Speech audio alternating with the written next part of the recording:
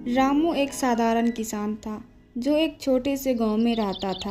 वह अपनी मेहनत और ईमानदारी के लिए पूरे गांव में प्रसिद्ध था।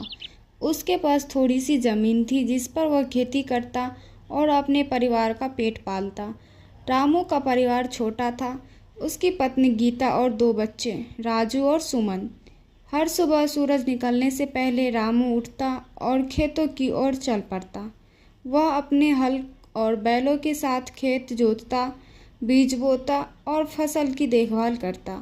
रामू जानता था कि उसकी मेहनत ही उसके परिवार का भविष्य संवार सकती है।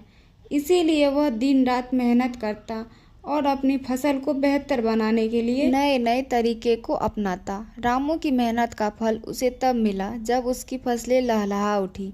उसके खेतों में गेहूं, चावल और सब्जियों की भरपूर उपज हुई। यह देखकर रामू और उसका परिवार बहुत खुश हुआ। उन्होंने भगवान का धन्यवाद किया और गांव के लोगों के साथ अपनी खुशी साझा की। रामू की मेहनत की वजह से उसका परिवार अब भूखा नहीं रहता था और वे सुख शांति से जीवन बिता रहे थे। लेकिन एक दिन अचानक गांव में सूखा पड़ गया। कई महीनों तक बारिश नहीं हुई और रामू की फसलें सूखने लगी। रामू चिंतित हो गया, लेकिन उसने हार नहीं मानी। उसने सोचा कि अगर मेहनत और लगन से काम किया जाए तो कोई भी समस्या का हल हो सकती है। उसने गांव के अन्य किसानों से मिलकर एक योजना बनाई। सभी किसानों ने मिलकर एक तालाब खोदा ताकि बारिश का पानी उसमें इकट्ठा हो सके। रामू ने अपने खेतों में पानी के सही उपयोग के लिए नहरें भी बनाई।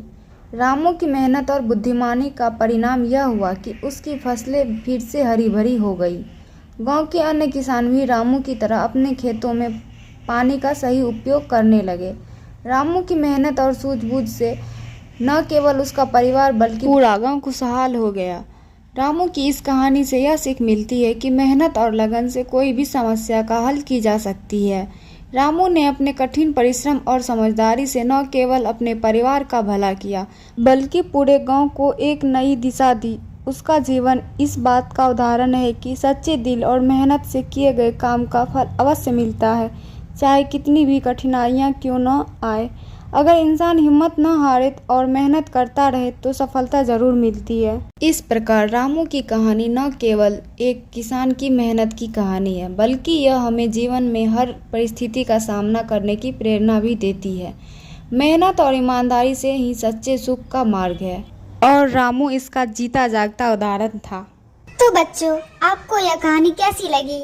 अगर अच्छी लगी हो तो वीडियो को लाइक करें और हमारे चैनल को सब्सक्राइब करें।